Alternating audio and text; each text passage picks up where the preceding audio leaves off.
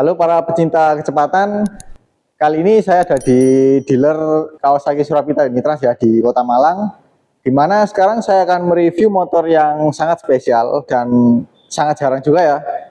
Displaynya itu ada di dealer.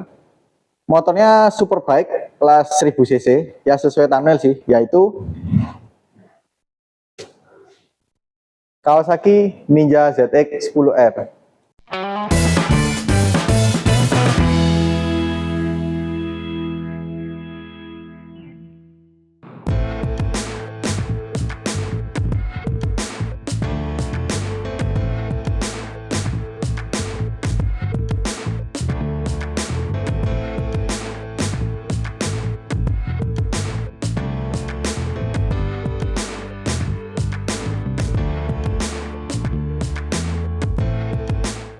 Nah, inilah dia Kawasaki Ninja ZX 10R tahun 2025, yang mana ini yang versi spesial lah, yang mana dia pakai livery Kawasaki Racing Team. Nah, sebelum kita bahas motornya ini, kita sedikit bahas sejarahnya dulu ya. Kawasaki ZX 10R ini pertama lahir itu di tahun 2004, yang mana motor itu menggantikan generasi lama yaitu Kawasaki 900R ya. Dari tahun ke tahun Kawasaki semakin mengembangkan teknologi dan juga fitur yang ada di motor ini ya. Hingga sampai sekarang inilah dia yang terbaru yang tahun 2025.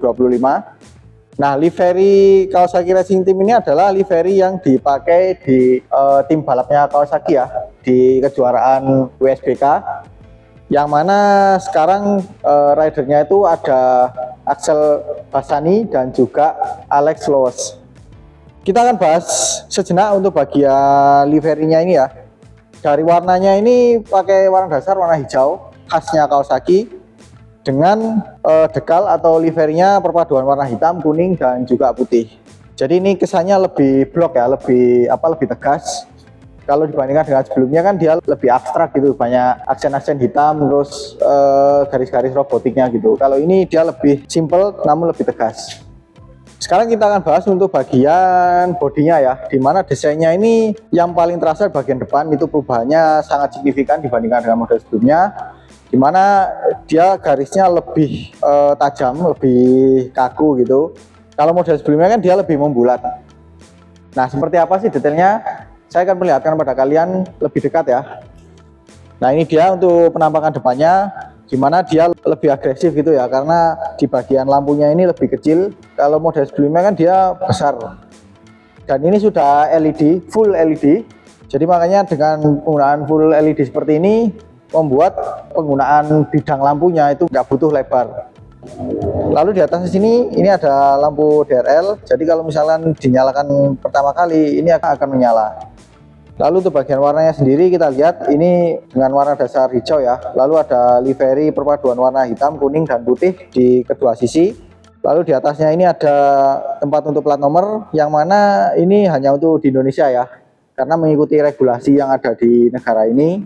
Kalau di negara lain itu kan nggak semuanya ada plat nomor seperti ini ya di depan.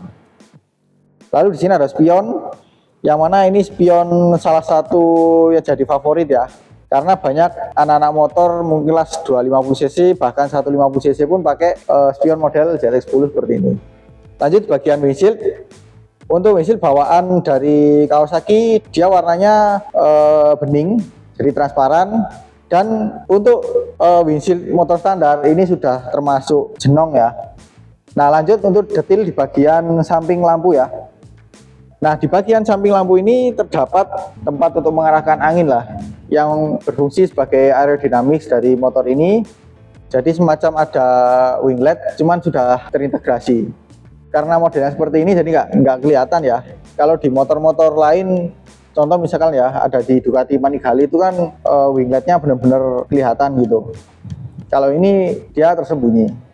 Nah, seperti ini lampunya. Ini lampunya kalau kita lihat detailnya asik banget tuh, semacam bentuk-bentuknya Daymaker gitu, dan ada proyektor kecil. Di tengahnya sini kita lihat ada ram air atau tempat masuknya angin ya, atau udara ke dalam ruang pembakaran. Ya, ini memang untuk sebuah motor super sport, apalagi ini kan superbike ya, fitur seperti ini wajib ada sih, karena untuk menambah performa juga. Lanjut untuk bawahnya ini di bagian spakbor. Nah, spakbornya ini polos warna hijau biasa, hanya ada tulisan Kawasaki Racing Team. Sekarang kita ke bagian bodi samping atau fairingnya ini. Nah, untuk fairingnya ini ya, dia bidangnya nggak terlalu lebar karena di bagian sini ada celah atau sengaja dibuat lubang seperti ini. Ya mungkin supaya mempermudah dalam pengecekan mesin ataupun melepas panas ya, karena motor ini kan juga mesinnya besar 1000 cc, jadi perlu namanya sirkulasi udara yang lebih maksimal. Dan karena ini berlubang, jadi kelihatan di bagian sini untuk bagian sela antara radiator dan juga blok mesin ya, itu sedikit berjarak, jadi bahkan bisa tembus sampai bagian sisi kirinya, itu kelihatan kalau bolong. Namun sebolong-bolongnya ini tetap 1000 cc sih. Kemudian untuk bagian undercovernya seperti ini, bisa kalian lihat ini lebih dominan warna hitam. Ya memang ini dicat hitam sih untuk yang bawah. Kalau yang atas ini kan dia pakai warna hijau dengan livery perpaduan warna hitam, kuning dan juga putih. Di sini yang di bawah ada tulisan Kawasaki, sedangkan yang di atas tadi dia ada tulisan ZX10R, dan di atasnya di sini ada tulisan Ninja dengan font khasnya ya. Lanjut bagian area tangki. Nah, untuk tangkinya seperti ini ya memang besar banget ya dari penampakannya dan proporsional untuk motor ini. Untuk bahan dari tangkinya sendiri ya, untuk yang ini pakai material besi, sedangkan yang di bagian ini dia pakai cover plastik sampai ke bawahnya sini. Dan untuk warnanya di bagian tangkinya sendiri dia pakai warna hijau dengan tulisan Kawasaki Racing Team. Untuk covernya yang bagian sini dia pakai warna hijau, di sini dipakai warna hitam dengan ada livery seperti ini, warna hitam, kuning dan juga putih.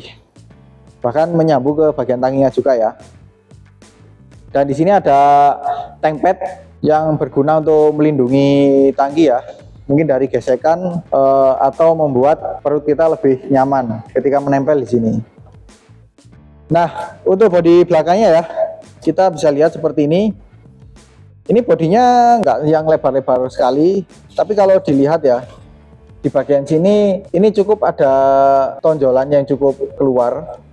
Dan ini dia kalau saya lihat-lihat itu ada dua tumpukan, jadi di sini dan di sini itu beda lagi.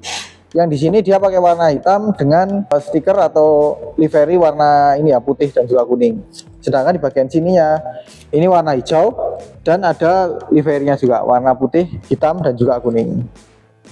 Dan seperti yang di depan tadi, di sini juga terdapat lubang untuk aliran angin ya.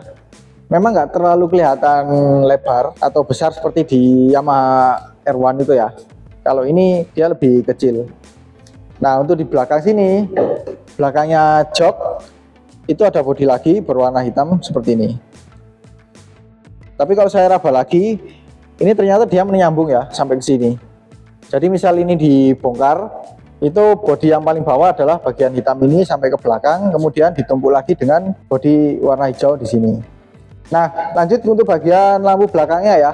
Kalau kita lihat dari lampu belakang utamanya ini sangat-sangat familiar karena dia desainnya itu sama dengan adik-adiknya ya. Entah itu ZX6R, ZX25R, bahkan yang versi Ninja 250 Fi atau 2 silindernya. Dan kalau nggak salah ini di Z Tsugomi itu juga seperti ini. Jadi memang desain dari lampu belakangnya ini cukup universal.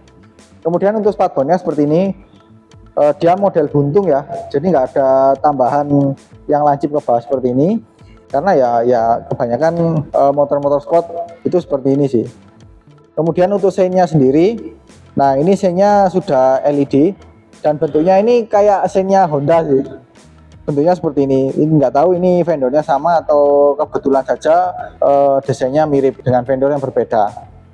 Kemudian di sini ada tempat untuk lampu plat nomor. Ya, tapi kemungkinan besar ya kalian yang punya motor ini pasti ini akan dilepas. Kemudian yang ini diganti pakai lampu 3-in-1. Oh ya, tadi kan yang sen depan belum saya perlihatkan ya.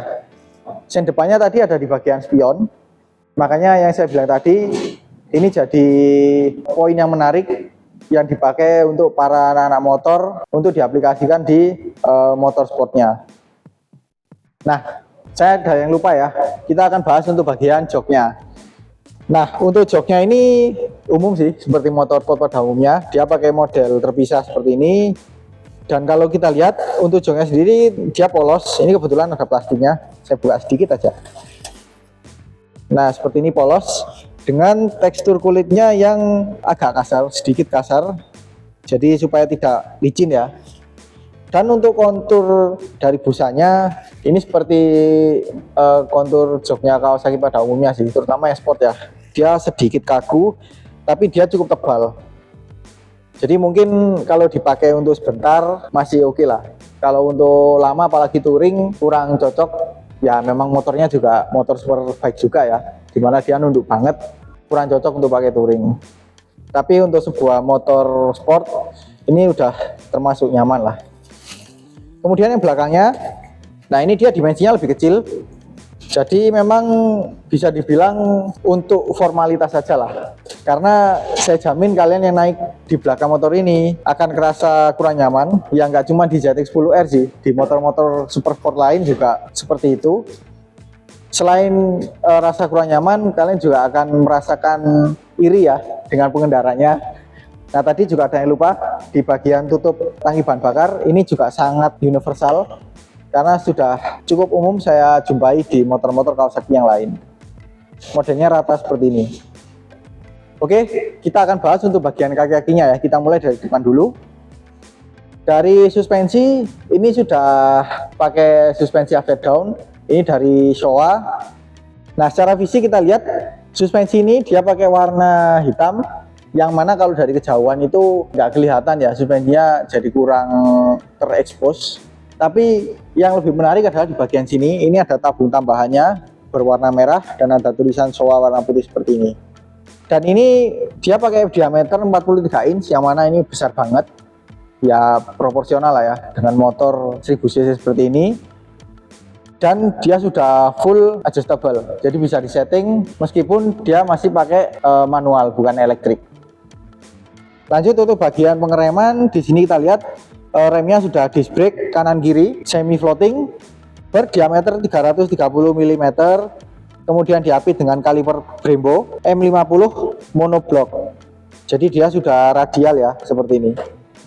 Kemudian untuk velgnya sendiri dia pakai warna hitam dengan list warna hijau, ada tulisan 1000-nya juga warna putih, dan dia cuma 3 palang. Jadi desainnya itu seperti motor-motor zaman 2000 ke bawahan gitu ya, nggak terlalu banyak cabang-cabang. Untuk bannya sendiri dia pakai ukuran 120/70 ring 17. Nah, ban yang dipakai di motor ini adalah ban dari merek Bridgestone ya, tipenya Badlux Racing Street RS. Jadi untuk bawahnya ini sudah sangat mumpuni sih. Oke, untuk kaki belakangnya ya kita lihat. Nah, pertama dari suspensinya ini nggak terlalu kelihatan karena dari bodinya ini kan cukup menutupi ya. Kemudian warnanya juga hitam untuk bagian ulirannya, dan di sini dia modelnya tidur atau horizontal. Dan seperti yang depan ini sudah bisa disetting lengkap, jadi bisa disesuaikan dengan selera atau kebutuhan kita ya, mau senyaman apa atau mau serigid apa. Oke, untuk lengan ayunya seperti ini ya. Jadi dia secara dimensi ini besar banget ya, seperti di adiknya yaitu ZX6R itu kan besar.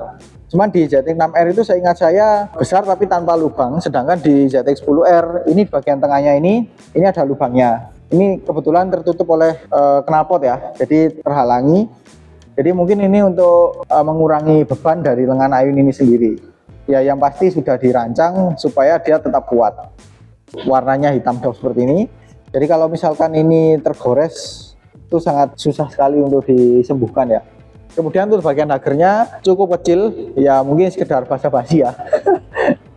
Karena dimensinya nggak terlalu panjang, pendek sekali. Hanya mungkin sekitar 15 cm-an. Kalau misalnya kita melewati jalan yang cukup kotor, apalagi yang becek gitu ya, yang pasti cipratannya akan lebih banyak ke dalamnya. Nah, untuk remnya sendiri, yang belakang ini pakai cakram dengan diameter 220 mm, diapit dengan kaliper 1 piston. Dan ini bukan Brembo ya, ini pakai Nissin. Warnanya juga hitam seperti warna lengan ayunya sendiri. Dan untuk velgnya juga sama dengan depan, pakai warna hitam dengan list stiker warna hijau dan ada tulisan 1000 warna putih. Dan ban yang dipakai untuk ukurannya ya, ini pakai 190/55. Jadi ini benar-benar besar banget. Tangan saya seperti ini ya, itu nggak nyampe dari ujung ke ujung. Jadi ini benar-benar wah banget emang. Nah, mungkin kalian ingin tahu untuk bagian sisi kirinya seperti apa. Saya akan perlihatkan sekilas. Nah, jadi seperti ini ya bagian kirinya. Nah, di sini baru kelihatan sangat jelas untuk bagian swing armnya. Jadi dia memang besar, tapi cukup banyak berlubang ya untuk mengurangi bobot dari lengan ayun itu sendiri sih. Kemudian untuk gear sama rantainya seperti ini. Ya standar, warnanya enggak yang benar-benar yang mencolok atau mungkin menarik gitu. Standar-standar saja seperti ini. Mumpung kita bahas yang bawah ya, kita lihat untuk bagian pijakan kakinya. Untuk yang depan seperti ini, bisa kalian lihat. Ya ini cukup standar. Enggak yang benar-benar desainnya itu keren banget, itu enggak. Dengan bagian tangkainya ini warna hitam, kemudian di sini untuk pelindung, mungkin pelindung kaki supaya tidak mengenai rantai, itu pakai warna silver. Di bagian sini juga pakai warna silver, pijakan sini juga silver. Dan di sini ada karet untuk perpindahan giginya lebih nyaman. Nah, yang di sini ini terdapat jalu yang mana kalau saya tarik-tarik seperti ini sepertinya permanen ya. Jadi bukan pakai semacam ulir baut gitu. Kemudian yang belakangnya sini, nah untuk tangkainya ini dia pakai warna hitam juga dengan desain yang menurut saya juga sangat agresif karena sudut-sudut dari tekukannya ini sangat tajam. Dan ini ada baut yang mana ini sangat memudahkan kita ya. Misalnya kita mau jadi single rider gitu, nggak perlu pakai penumpang, jadi ini tinggal dilepas di sini aja. Dan untuk pijakannya seperti ini. Ini umum sih seperti motor sport pada umumnya. Jadi tidak ada karetnya. Nah, yang membuat saya itu heran ya, untuk bagian standar sampingnya. Ini tangkainya kecil loh. Padahal motor ini kan sangat besar. Ya mungkin ini menyesuaikan dengan desainnya ya, supaya di bagian standar sampingnya ini tidak terlalu mengganggu estetika, dan juga otomatis kalau misalnya ini terlalu besar kan nanti ketika cornering itu akan sangat mengganggu. Apalagi yang kalian yang suka ke sirkuit gitu ya. Nah, untuk bagian pijakan kaki yang sebelah kanan seperti apa? Nah, untuk bagian kanannya seperti ini ya. Ya, secara bentuk hampir mirip dengan yang kiri, terutama yang belakang ini ya. Cuman yang belakang ini ada tambahan di sini untuk dudukannya knalpot. Dan yang depan sini untuk pengendara, di bagian atasnya ada dudukan untuk tabung minyak rem. Oke, sekarang kita akan bahas untuk bagian rangkanya ya. Nah, di sini kita lihat rangkanya ini besar banget, pakai model twin spar. Ini pakai twin spar seperti ini dengan bidang yang sangat besar, warnanya hitam, dan bahannya ini aluminium. Benar-benar terekspos ya, hampir tidak tertutup oleh bodi. Kemudian bagian sini, ini adalah subframe atau rangka tambahannya. Ini benar-benar aluminium ya, atau bahan besi, bukan plastik seperti motor-motor 150 cc atau 250 cc. Jadi ini adalah kekar yang sesungguhnya. Oke, sekarang saya akan bahas untuk bagian mesinnya ya.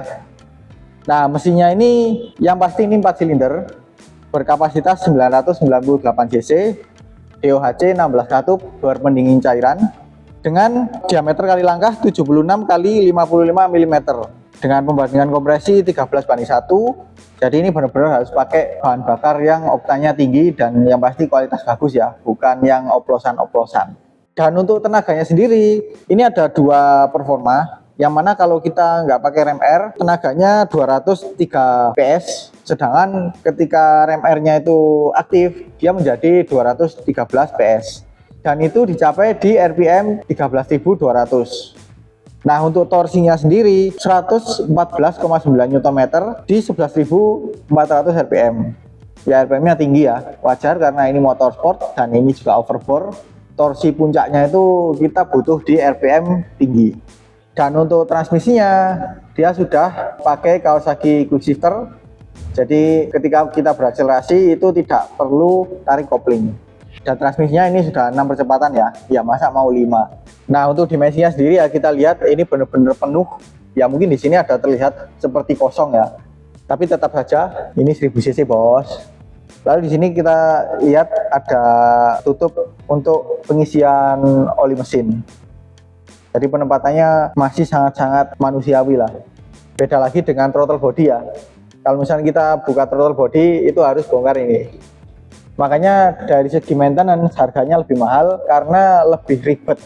Harus bongkar-bongkar bagian tangki juga. Untuk bagian ini ya, knalpot kita lihat.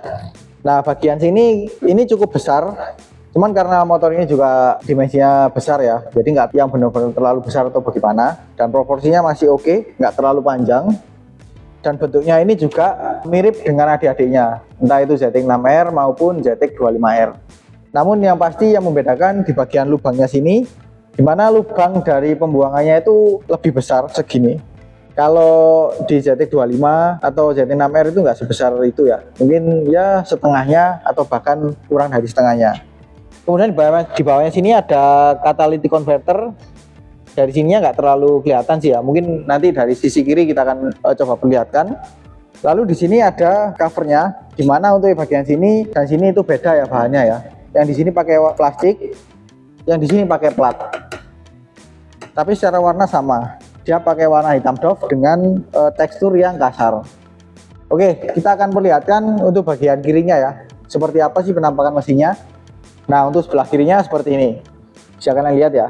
Kalau ini menurut saya lebih berongga daripada yang kanan, karena di bagian sini kan masih ada ruang-ruang kecil seperti ini.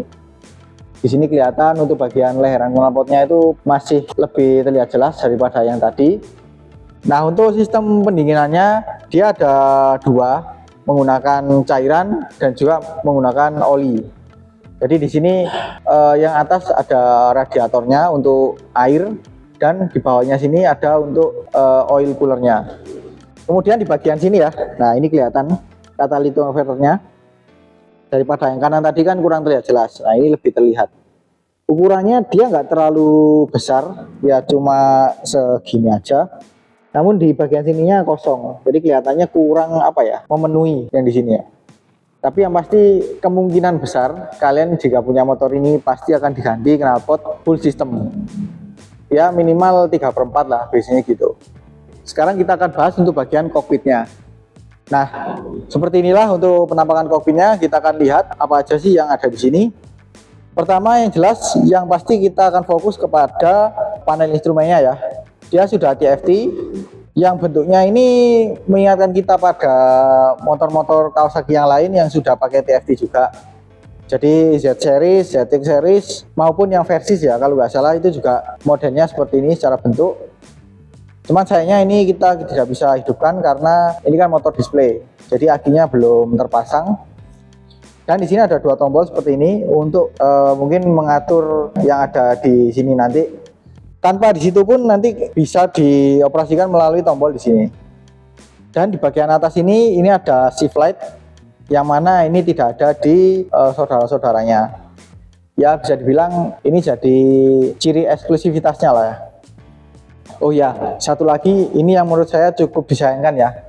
Karena dengan adanya plat nomor di sini, itu untuk logo Kawasaki yang ada di belakangnya ini ya, belakangnya windshield itu jadi terhalangi, dan ini logonya Kawasaki yang heavy industry.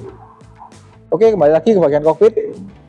Untuk bagian stangnya ya, ini dia yang pasti sudah underyoke dengan sudut kemiringan yang benar-benar miring sih. Ini dijamin kalau kalian nggak terbiasa akan merasa sangat pegal, cepat pegal untuk naik motor ini.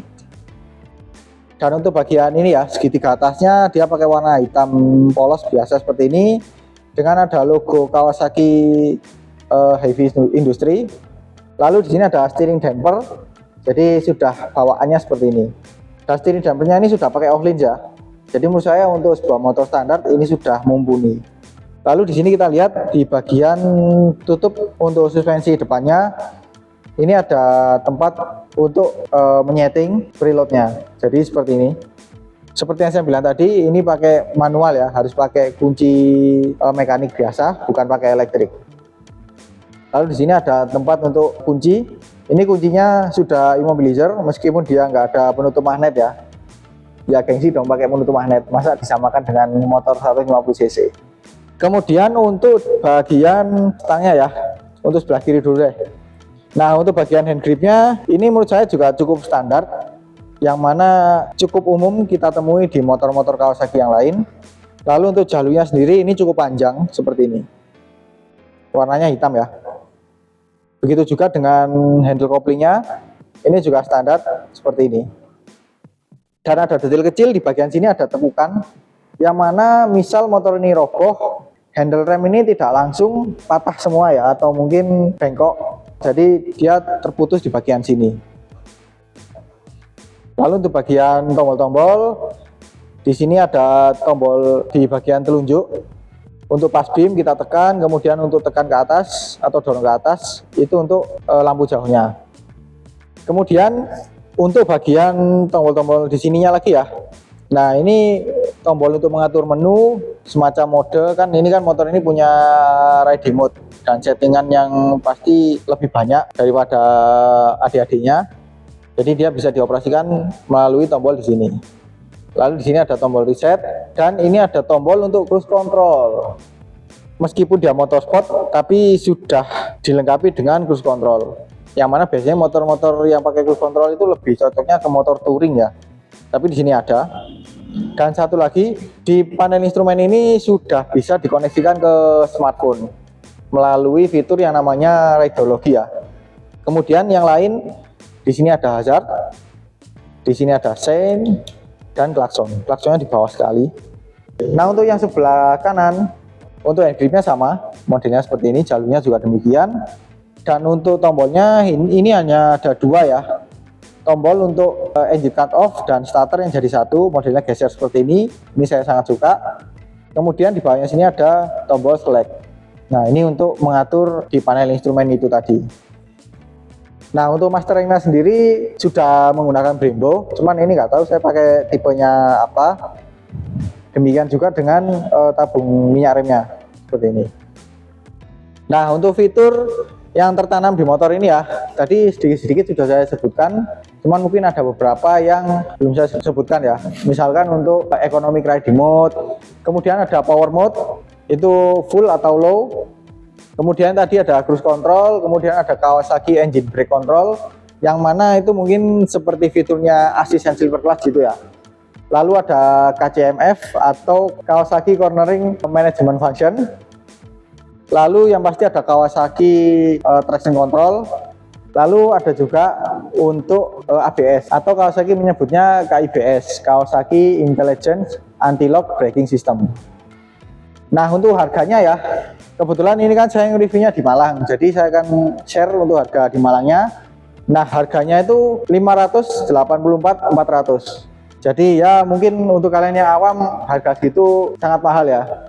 Tapi kalau kita berkaca pada kompetitornya, misalkan Honda CBR 1000 Triple R ataupun Yamaha R1, ini harganya kira-kira setengah dari harga motor-motor tadi.